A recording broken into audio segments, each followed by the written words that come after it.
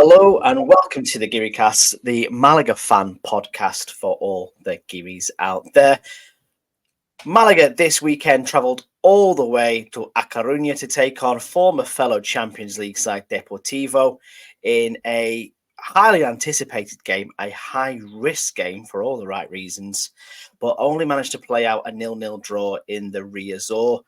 I'm joined by Luke Chambers. We watched that game together on Sunday afternoon. Always pleasant to spend time with Luke Chambers. And here we are once again to talk about that match. How are you doing, Luke? You all right? Yes, I'm very well, mate. Still struggling with the old man flu, which I'm sure you'll hear a croaky voice every now and again. But besides that, we're very good. How are you, Nick? I'm not doing too bad. Concerned for your welfare there, pal, because as we know, there is no known cure to man flu either. So thoughts are with you at this time. Appreciate it. And we'll get there. But if there is anything that could probably warm up anybody's illness or bring a bit of a warmth to their life when they're feeling a bit down, it's talking about a 0-0 in a rainy Riazor. But first, we'll talk about some news. Like I say, Malaga's news has been, I suppose in a good way, quite thin recently. There's not been any major court cases or massive injuries to report about. But I suppose one update we can bring you is after that high-risk game away in A Coruña this weekend, we've also got another high-risk game on the horizon with a trip to Cadiz this weekend. It's been deemed high-risk by the league. Only 500 tickets again, I think, have been made available for away fans. And Cadiz have today announced that you will not be able to buy tickets at the ground this weekend. And all tickets must also have your name and supporters numbers on it. So basically, there's going to be none of this, as we've seen in previous seasons gone by, or like we saw in Cordoba, where you saw Malaga fans in the home end. It just ain't going to happen this time, is it, Luke? And probably for the right reasons. Yeah, you're right, Nick. I fully believe that the Cadiz game is the Andaluz derby, which has got a little bit more kick to it than the brothers of Granada and Cordoba. I thought a system like this may have already been in play for the majority of away tickets. Cadiz obviously announcing this, I imagine, after this weekend's crowd trouble, which I'm sure everyone's seen on social media. But with the small allocation Malaga's actually been given, I don't actually believe that there are many tickets available, on the ground. No, you wouldn't think so. And with it being, like I say, such a highly anticipated game, I'm not going to claim to know what the Cadiz season ticket situation is, but you would think it would be quite a high in-demand game. Probably tickets sold on in the run-up to people with socio numbers or with memberships like we've got at La Rosaleda, for example. So I don't see many slipping through the cracks in this one, but you kind of put that spot on. People talk about Cadiz country or Sevilla country. Those are the two places where, walking around in a Malaga shirt isn't the wisest thing to do, and certainly Cadiz seems to be the one that we would definitely be looking forward to that this season. I don't think there's going to be any social media pictures of a Cadiz fan with the arms around the granddad Malaga fan and the grandson Malaga fan and all that. Like, it's more the eastern side than the western side. I think that kind of happens. Yeah, and I suppose when you talk about such a big region as well, it can maybe get that sort of secular between the different parts of it as well, given that they are. It's a bit like having a rivalry between Blackpool and Hull, but it's the same kind of distance that we're talking about, isn't it? Maybe even a bit further. So it's unbelievable. The sheer size of Andalusia is, again, like you said, effectively for us, it's one side of the country to the other. Yes, exactly, and kind of very much the gateway to the Atlantic for Andalusia as well. So, plenty of lovely place to go to. By the way, if you do get a chance to go to Cadiz, do go and visit it. One of the oldest cities in Spain, still, maintains a lot of its character and some of the best seafood you will find in Spain too. We've also become a travel podcast. I've never been, but it's very, very much on my bucket list. I've said to a few people, like, the thing what I do love about watching La Liga football before the game, where it shows you like the bird's eye view above the stadium and around the place. So with Cadiz just coming out of La Liga, I've always loved seeing such a unique place by look, very, very slim line, and then you've got like a I don't know, 25,000 seater stadium, just dumped it middle next to some beaches. Yeah, it's basically like an island, isn't it? It's like having a 30,000 seater stadium slap bang in the middle of Manhattan. Yeah. It's that kind of vibe, isn't it? So it's really cool, and like I say, very much looking forward to that game on the weekend, which we will have a preview show later in the week with a special guest from Cadiz, from Malaga, who is a Cadiz fan. So hopefully no needle on that one. I'm sure he's maybe not one of these people that are too agitated about kicking our heads in. Anyway, the less said about the better. A little bit of news as well, Luke, that you brought to my attention today. We've got the Copa del Rey first round draw coming up on Thursday as well. So just some background for people. Some of the bigger sides in La Liga don't come into this until sometimes the third or even the fourth rounds, I think. Yeah.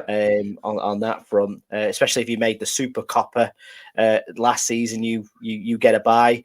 Matt Harrison even told me as well that Deportivo get a bye to the fourth round as well by winning the Primera last season at the expense of beating Castellón. So they're not being drawn this round. That's a strange one. It is a strange one, but I suppose the beauty of this as well is that you can get drawn against some pretty unique teams.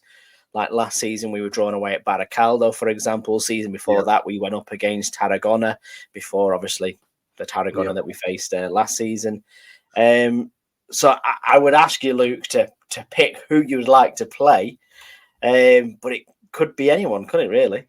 Yeah, basically, good information from my Pena chat. I think there's roughly about 30 teams that Malaga can actually draw.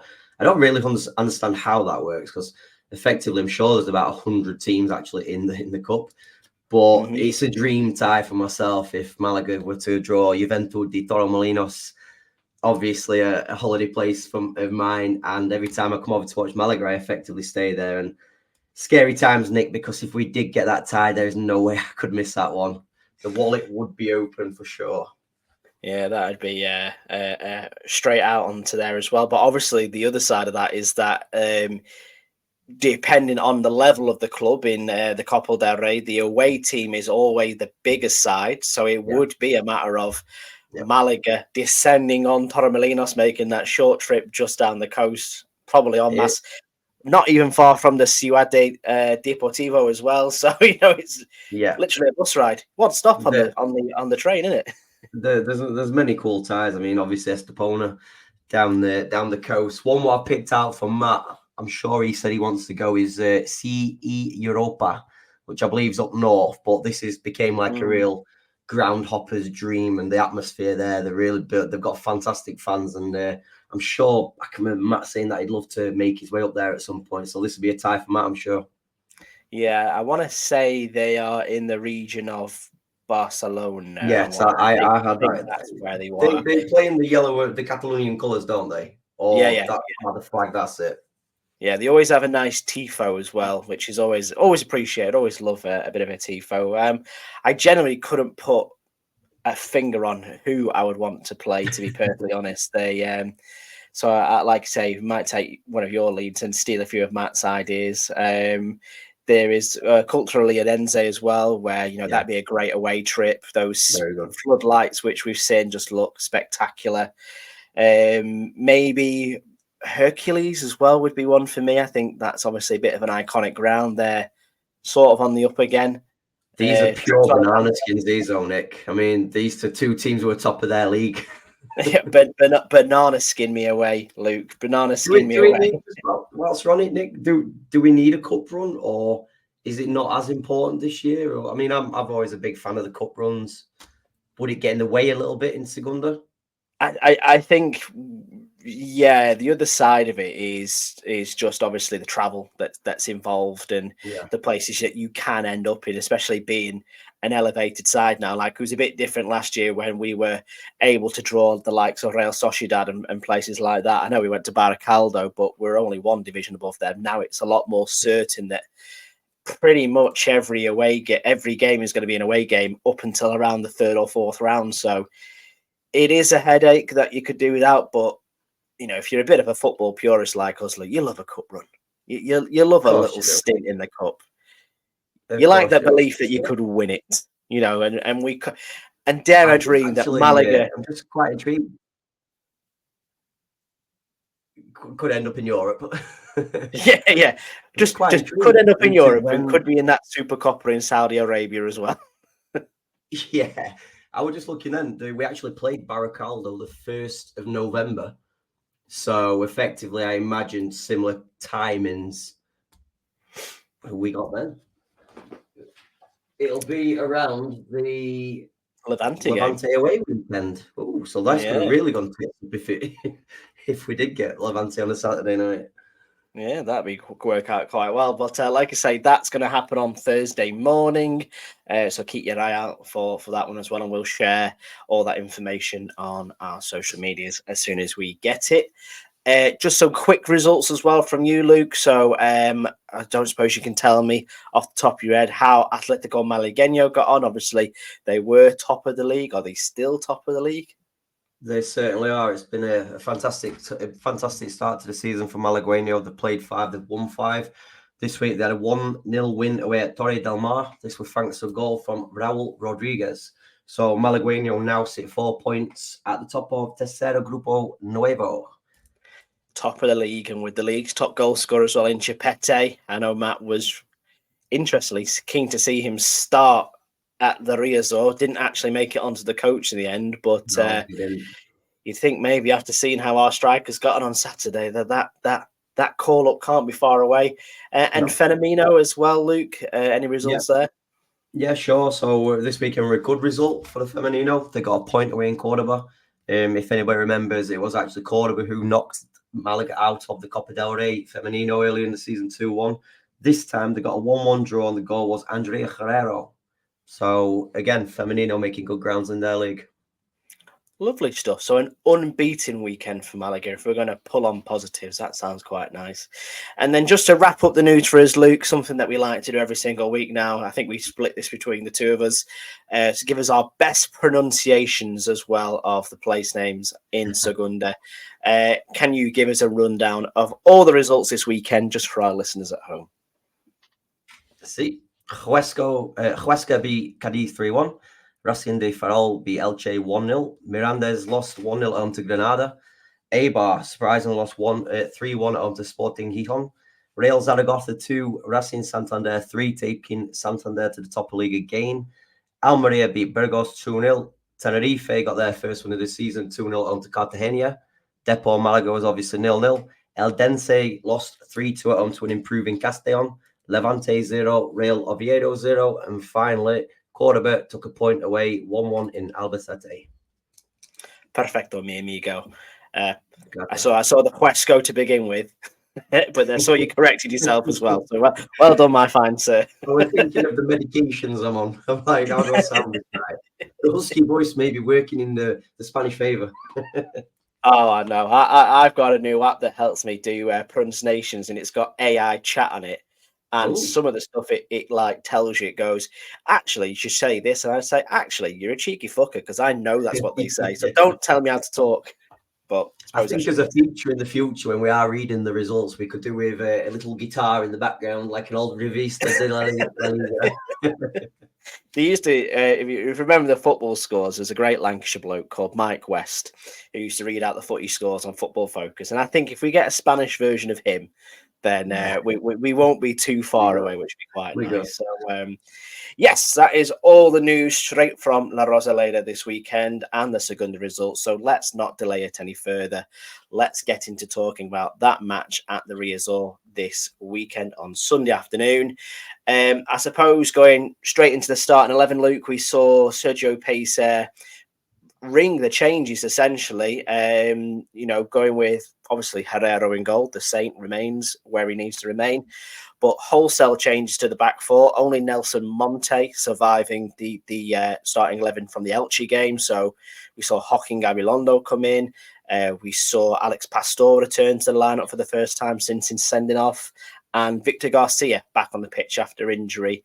The midfield remained the same: Molina, Luismi, and Aaron Chormaloni. And then up top, we had the change with La Rubia coming in for Romani and Rocco Batorina coming in for Dione and Antonito continuing as well. The right changes for you, Luke? Is this what you wanted to see as a reaction from the Elche game?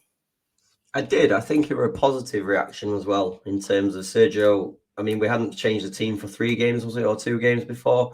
3 So games, I've yeah. got zero issues with the manager after a 3-0 home loss rotating, not even rotating, maybe just making a couple of stamps.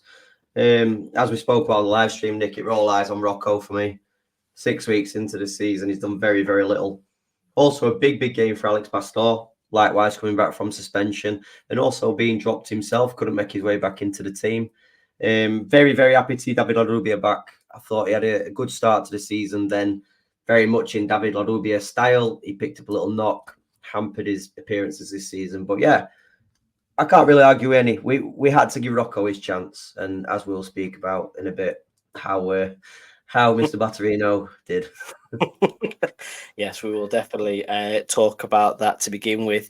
I think from the outset, Luke, in the Riazor, like you say, we've had the travelling Malaga fans in there. It wasn't a massive sellout, but the weather probably may have had something to do with that. It was absolutely pissing it down all afternoon. Yeah. Proper Galician weather, the weather that Malaga players don't want to play in, let's put it that way. 21,500 in attendance.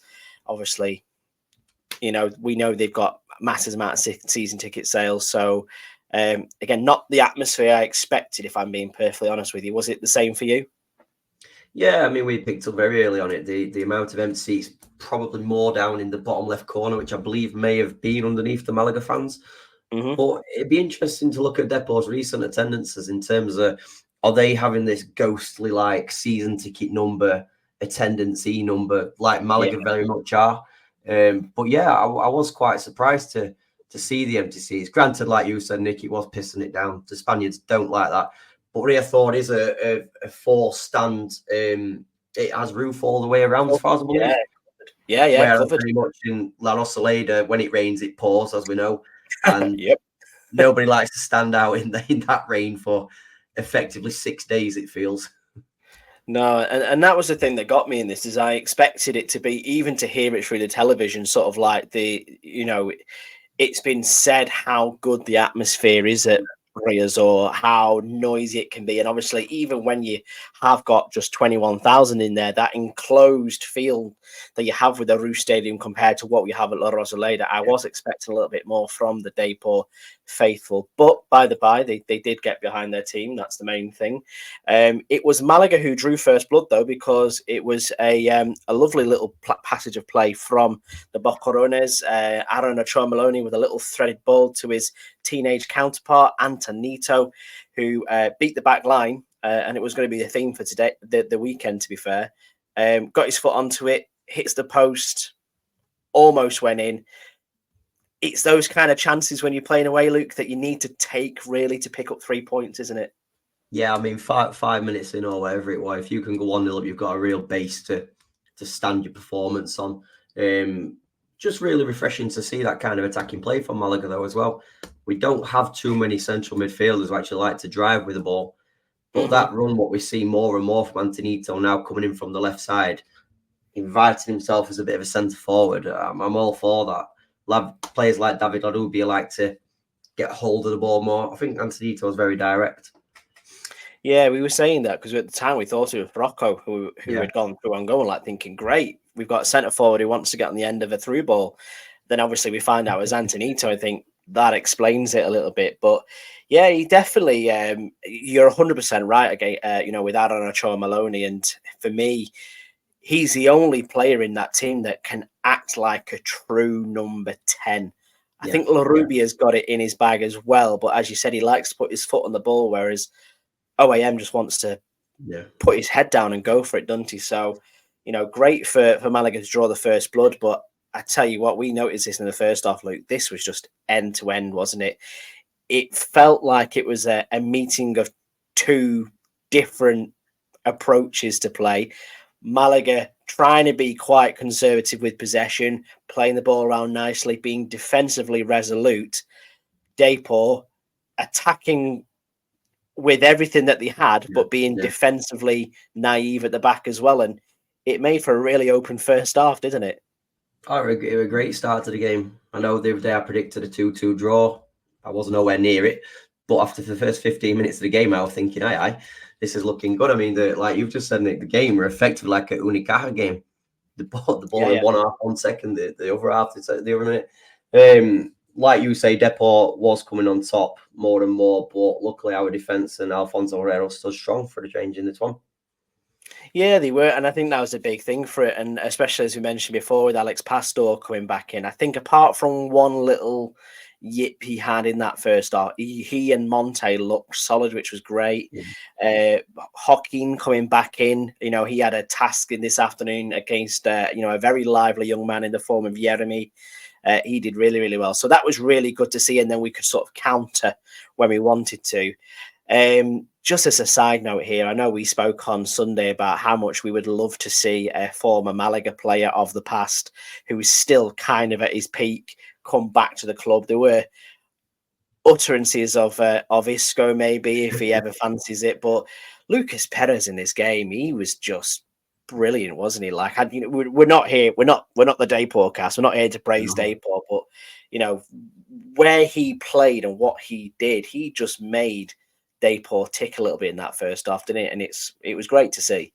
Yeah, 100%. I mean, obviously Deport landed on a real gem with a local hero coming back to the club, and it's clear to see the talent, the experience, what he's got. I mean, granted, now I don't know how old he is, maybe 34, 35 or something, but there's still La Liga potential there. The good thing for Deport, what they've got with Lucas is he brings the players in with him.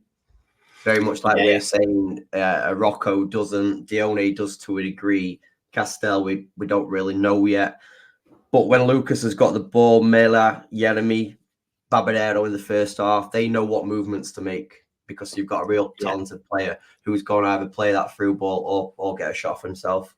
Yeah, they knew what they were looking for, and everything, and I mean everything that Dayport did in that first half went through him in one way or another as well. So that was really quite cool to see. But I suppose in the end, there wasn't loads to talk about in terms of opportunities for both Malaga and Dayport. Like you say, it was very end-to-end, but with not a much conviction. That saw Sergio Peiser look to change things in the second half. We had some halftime subs with Dione coming on for Rocco and Isa Marino coming on for Manu Molina. I think we saw the Rocco change coming after about 10 minutes, Luke. He was not very effective in this game, was he? No, absolutely zero. I mean, we were talking about it literally just before halftime, what would change. We said it. The fans in the comments were also saying it. You've got 45 minutes to play. Never mind the last couple of weeks when he has played. This 45 minutes in particular, I could not remember a single thing that Rocco did, whether that's winning a foul or just generally getting his body in front of a centre half and feeding La Rubia, Antonito, a shot, anything. He didn't do it, anything at all. And I know we've stuck up for him before saying maybe he didn't get the service. Granted, he never had a chance in this game, but we're talking Ranubia had 2 or 3 shots. Antonito had 2 shots. Aaron Ochoa Maloney had shots.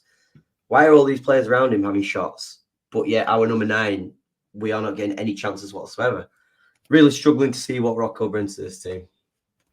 Yeah, it was really, really quite strange, actually. It was like, it didn't feel like we were playing with 10 men, so to speak, but it really felt like he was massively absent in this match. And I just don't know how we solve a problem like that for him. It feels like we have to change everything to suit his style of play.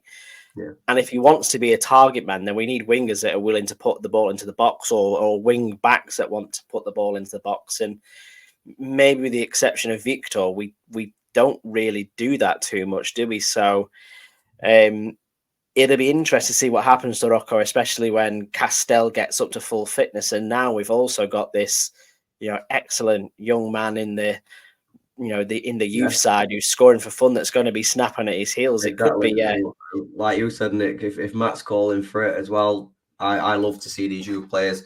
And I'm not being funny. Prime example, Antonito, Aaron Ochoa Maloney, Isa Moreno, these young boys are ready. Chupete, I think I saw a stat, I don't know if it still stands, but he's the top goal scorer in Spain at all levels. I'm sure that were before this weekend, though, so that's probably gone by now. But he clearly knows how to put the ball in the net. And the final 10 minutes in Granada is not enough for me. Yeah, If he's there, let's get him on, because our boys aren't doing anything. I mean, you look at our top goal scorers. Antonito's got 3, Dione got 2, had a very good start. Nelson Monte 1, Kevin 1, and an own goal. I mean, we're 7 games in now. Granted, we've had a good start to the season, but I think you said it the other day, Nick. Goals is going to be our Achilles heel this season, I think. Yeah, I think it would be, and it would be nice to like unearth. I know we have unearthed some gems in our cantera, but it'd be nice to have a goal scorer who's knocking in 20 a season. Into I think the last time we had anyone above that was maybe Ruben Castro with 12. I think before that was Brandon Thomas with 10. They're the only 2 players in Segunda, may I add. I know we had Roberto last year on 20 odd, but he's now a Spanish under-21 international playing in the Europa League for Braga. I noticed, Sunday night played away at Porto in the Dragao. Yeah. So let's get Chipetti and let him score a few goals, and then let's sell him to Braga like we seem to do everybody else. Yeah, exactly. It seems to be the way we do things at the minute. But yeah, so Rocco hooked at half time, completely anonymous. Dione comes on. Moreno comes on for Manu, which I actually thought was quite a good change, to be fair. He seemed to stifle, as we were talking about in that first half, everything going through Lucas Perez. Perez had to sort of like try and put some distance between him and Moreno, because Moreno was doing a bit of a job on him, to be honest with you. So that was quite cool to see. But it'd be fair to say, Luke, Depor came out in the second half, and it was pretty much for that first 15 minutes all Depor, wasn't it? It was, just a bit relentless, really. Wave after wave of attack, wasn't it? Yeah, it were quite expected as well, to be fair. I thought there would have been a bit of reaction from the manager. Obviously, like we said before, it's Riazor, a very intense stadium. Granted, the atmosphere wasn't as usual, but it reminded me so much of Granada away. If you remember coming into the second half, Granada had 5 or 7 minutes worth of pressure, hammered us, scored a goal. I was very nervous at this point, but Malaga stood the ground. Yes, Alfonso had to make 2 good saves, I think he were at the time. Mm-hmm. But again, it's positives from Malaga that in them intense moments, they have got the ability to withstand the pressure and then starting counter attacks themselves just after. Yeah, it was really cool to see actually how well we did defend, and and I'll pick out Nelson Monte and Pastor for this, because obviously it was a lot that was coming through their side. Joaquin as well, for someone who's had to sit and watch for the last 4 or 5 matches, to come back into this game up against, like we always say on this podcast, Luke, we've played Sunday League, we've played against 17-year-olds that cause you nightmares. Jeremy and Mayer, we're up for the count this week.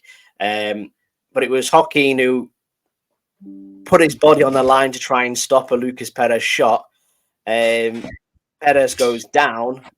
Referee points to the penalty spot, and then we suddenly think, oh no, here we go. In the Riazor, Lucas Perez has got a penalty. It's going to be 1-0 here for a definite, even though we've got Saint Alfonso Herrera in goal. But VAR, for the first time this season, comes to our rescue.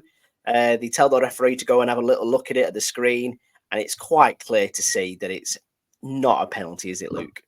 Never in a million years without a penalty. Thankfully, VAR, like you say, Nick jumped in and corrected the referee's call. Always dangerous, granted, when a player slides in a box. As a defender, unless it's last resort, you should not be sliding in the box, or unless you're making a block kind of thing. But this were real smart / silly also play from Lucas Perez, because Lucas Perez were a good yard in front of Joaquin. He's then waited for Joaquin to get closer. Granted, Joaquin sent to slide for about 3.5 miles. Yeah. But you can't, don't get me wrong, I'm not saying the referee made a bad call at all, because you can definitely see why he would have given it from his angle. Just thankfully that VAR is involved, and on this occasion it was actually very much in our favour. The right call for me. Yeah, you're absolutely right. To be fair to the referee, it's not. I actually thought he had a brilliant game, to be perfectly honest with you, the ref. And on this decision, you can see from the angle why he thinks Joaquin has taken his leg out. 100%. But it was kind of similar to that Calvert-Lewin incident for the Everton against Newcastle this weekend, where basically Calvert-Lewin kicked Dan Burns' leg and then went claiming for a penalty. Essentially, Lucas Perez ran into Hocking's leg and just sort of like tripped himself up, basically. So great call from the VAR, and we managed to live on at 0-0. This is for me when Malaga started to come into the second half, and we made a couple more changes as well. We brought on the likes of Kevin. We had a little change in midfield as well, with Ramani going out onto the right and La Rubia coming into the middle. And we looked dangerous, to be fair, going into this sort of like final 15 minutes. We still had some scares, Luke. Alfonso Herrero, like you say, having to pull out some fantastic saves, but there was that effort from La Rubia that left the Depor keeper scrambling. There was a couple of near post headers, which any other day we could have got a score away. It was actually nice to see Malaga finishing the game on a high for me. Did you like that? Yeah, because this season, I think it's happened 3 or 4 times where we have really been harsh on that second half, and rightly so. We play well in the first half, second half totally changed our performance. The La Rubia effort, we got I say it's finally. It wasn't a bad game at all, but that really got us off our seats, Nick, didn't it? It was a good save from the goalkeeper. And again, it's just what La Rubia can do in that number 10 position when given a chance. But like you said there, Nick, the names what you've just mentioned, Bramani, David Rubia, Kevin, obviously Dione up front. Is that a Sergio Pellicer move? Would you expect that from Pellicer in Riazor? Probably not usually, but that's a really attacking, some real attacking moves and stuff, as if like Malaga was going for it. I know I kept saying to you at the time on the lives, our defensive line at this point, we were leaving ourselves 4 versus 3 and stuff like that, which, yes, it is rock and roll football, but sometimes you just need to be a bit savvy as well. But yeah, for me, it was really refreshing to see Malaga play this way. Yeah, I think it's not something we see from Pellicer a lot. You're absolutely right. So it was interesting to see, and La Rubia as well. To take that effort on is not something we've really seen from Malaga at all. And he's seen the goalkeeper off his line and just thought, you know what, I'm going to have a little pop here and see what I can do. Kevin was the same. I thought Kevin, when he came on, obviously he's had his injury layoff for a little while as well. I thought he was strong when he came on as well, Luke. That's the thing that I took away from that. And I won't prey on the naivety of the Depor back four, because they're not the best you're going to come up against at this level. But he was a menace when he came on that left-hand side, and managed to make things work, especially in conjunction with Garcia as well, who seemed to get better with the introduction of Kevin compared to playing with Antonito. Yeah, sharp, really sharp. In those last 15 minutes, majority of our play was coming from our left side. Again, like you've just said, bringing Victor Garcia into play more. When Kevin's fit, when Kevin's firing, can be a hell of a player when he's in the mood. And just based on this 15 minutes, he looks raring to go. He looks ready for this. And himself, he's probably got a point to prove. I mean, he's came through youth teams such as Roberto and stuff like that, and seen them move on to bigger things. Kevin now, I think we mentioned the other day, Kevin's effectively probably got 100 senior appearances, some in Portugal, majority for Malaga. It's around now is the time at the age of 23, where Kevin really needs to start progressing. And granted, he's been out for 4 or 5 weeks, but obviously the bright start in Ferrol, a cameo in this 15 minutes. I'm quite intrigued to see what Kevin's going to bring in the next couple of weeks. Well, let me throw this curveball at you then, Luke, because like you say, we've got an emerging talent which has made the left wing place his own essentially the last few games. I know he's not going to be here for the Cadiz match, so that sorts itself out. But you've got little Tony Lamb there, Antonito, who's in great form, one of the prospects of the league. Then you've got Kevin coming in, who's hot in form. They both like that left wing. There's no two ways about it. I think one of them's going to have to suck it up and maybe go play on the right. Who do you choose, Luke? Who do you stick with? I mean, I'm a pure Antonito fanboy. I really am. Got his name on the back of my shirt last week in Rosaleda. So for me, Antonito. But Kevin, I don't think Kevin has to play left wing, if you know what I mean. Like, I think he can do a 10. I think he can definitely play right wing. Is this the time? I can't remember who calls for it. Is this the older Kevin Medina left wing back role thing coming through? Oh yeah, when Matt said is it Matt who says it? Right wing back, yeah. That, which to be fair, I don't completely discount. I'll give you my argument, and obviously it won't be for the Cadiz game, but it'll be for the Real Oviedo game afterwards. Kevin on the left, Larubi on the right, Antonito as a striker. Yes, 100%. I've said this the last 2 or 3 weeks. He can definitely do a job up there. He's got the pace. He loves a shot. I'm well for that. Alan Ocho Malone in that 10, in that little hole just behind. I think the more and more we look at it, the more it sort of might really make sense to do that. Especially, obviously, like you say, he has got that goal scoring touch. He loves to make that running behind, and if he can just make sure that he goes looking for the space, and he's not got his back to a defender like Dione and Rocco like to do. If you can just sit between those channels that are in between the centre back and the right back, maybe, and get close to Kevin or get close to La Rubia, we could have could be a bit of a masterstroke from pace there, to be fair. But it's getting very, very warm in this room right now, Nick. It sounds good. Well, it is something totally different. I mean, the way that players like Manu and stuff have got the ability to play a through ball, they've probably never really done that in this Malaga team. Even with Roberto's running effectively side to side. The good thing about Roberto, he knew to get in that box when that ball were out wide.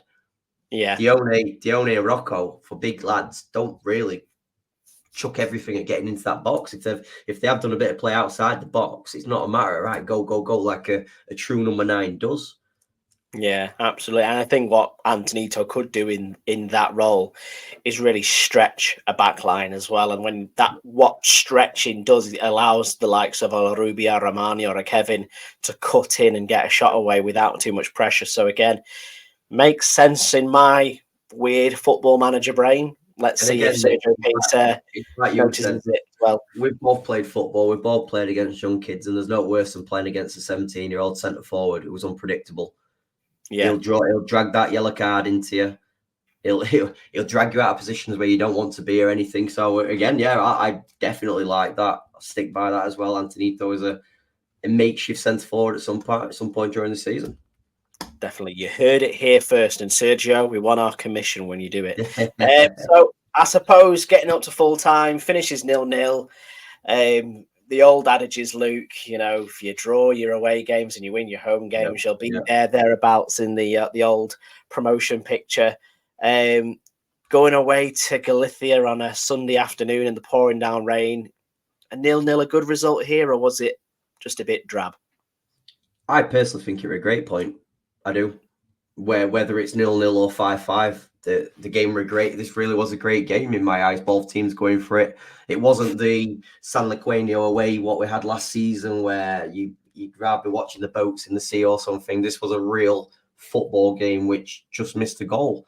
Again, like you said, Nick, if somebody said at the beginning of the season you're going to go to places like Riazor, take a point, we would take that every day of the week. Every day of the week. Granted, this is a different Depor team to last season. They're having their problems. But Malaga now, we've played 8, 1-2, drawn 5. We've lost 1 game. We're 8 games in. Granted, we have Ridder's luck, I do believe. But una gitana loca, that's what the gypsy lady said, isn't it? She's going to give us the look. Well, I think if you look at it, and as I said last week, some people have said we've had a bit of an easy start to the season. I don't think there is such a thing. I don't think there's any. If you look at that league table, Nick, there is big clubs below us. There's smaller clubs above us. This league is fucking mental, and it always will be. That is what Segunda does. so that is why Segunda is so brilliant, especially this season as well. Like you said, I saw something earlier, Nick.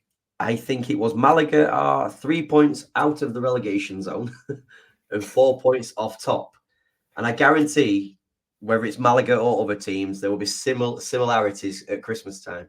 This league doesn't budge, does it? Nobody really runs away with anything. No, it doesn't stretch like, say, some other leagues do when you get runaways at the start of the year. And I think, like you say, if we looked at the way Depor finished last season and the form that they had, and especially what they did with their winning streak at Riazor, 100% you're taking a point there, even if it is goalless. And it was an exciting game. So I 100% think it would be a point gain rather than 3 points lost. We'll end on the fun part now. We always go for our Chumbos and Biznaga. Chumbos for who we would describe as the worst player. Is that the best way to describe it? Yeah. And Biznaga for the best. So, Luke, let's start with Chumbos first. Who are you thinking of here? I think I can guess. Yeah, I could probably use a stronger word than worse for this one. But yeah, for me, Rocco. And he was rightly dragged at half time, 100%. Yeah, I would have to agree with you. And I'm sure if our other fellow GearyCast colleagues were here, they'd be saying Rocco as well. Ineffective as a striker, ineffective as a footballer in my book. And like I say, I don't know if it's his fault, but you've certainly got to at least look like you're trying, Luke, don't you? And I just didn't get that feeling from him. No, I don't know. I mean, I've seen a couple of Racing Santander fans speak of him before and saying on his day he can be okay, but I'm just really struggling to see what day that can be. Ineffective from corners, ineffective from free kicks. We're led to believe he's a bit of a beast up there, but I can't remember him winning a header in a Malaga shirt. Well, and this is the part for me as well, as I said before, is that Depor are a good side, but this isn't going to be the strongest back four you're going to come up against this season. It's definitely the lighter side of Depor's game. They're obviously a lot more effective going forward, and he just didn't really lay a glove on anyone. So, yeah, Rocco Batorina, Chumbo for this week. Biznaga should be more interesting. I think there are many people who could, put a hat on that one and say, I think they should be the Biznaga for this match. So I imagine you'll have some honourable mentions, Luke, but who is your Biznaga? Yeah, definitely, mate. Just to chuck in there as well, the Geary Biznaga in the match, Alfonso Herrera won that with 63%. So obviously, thanks everyone for voting. And I'm going to agree with them. Alfonso obviously had a fantastic game, and taking a point away from Galicia in a 0-0 draw, a lot of it is down to the goalkeeper. However, honourable mentions, I thought David Larrubia were really good on his return. Our young guns, Antonito, Aaron Ochoa Maloney, great cameo from Izan Moreno. Defensively, I thought we were good. I'm giving it to Alfonso, but I just think this were a real good team performance. Maybe even the team performance of the season for me. Yeah, definitely. I can definitely see why Alfonso Herrera is in the discussion. And I think, we're going to have to come up for a category of his very own for Alfonso Herrera at this rate. But I'm going to go slightly differently, and I don't know which one I'm going to go to. So I'm going to let the words decide as I say them. But my two candidates would be David Larrubia. Absolutely. I thought, again, really positive play from him. Really picked the bones of Depor as well, and especially when he came centrally, having that effort and goal sort of showed his qualities. But on the other side of the foot, as we've said, it was a bit of an onslaught at times from Depor and their attacking players. And I thought Joaquin coming back in was absolutely brilliant. And I'm not going to say pocketed Jeremy, because he definitely didn't pocket him, but he did enough to make sure that he wasn't as effective as he could have been. So, as a fan of right backs, always have been, and as a former attemptee at a right back, I'm going to go with Joaquin Gabilondo as well for this one. I just think I cannot argue with that at all. Earlier when you were talking, Nick, regarding the defence, I thought Joaquin were very good. Monte had a very good game. Pastor had a good game coming back in. Even Victor strong. I mean, we spoke to Matt after the game, I think it was, and we're all in agreement how safer we feel with Victor at left back than Danny Sanchez. I know Victor hadn't had a great season before the injury, but that back four for me, whether it's Pastor or Einar, Joaquin and Victor are them full backs. I just think there's a bit more strength to that.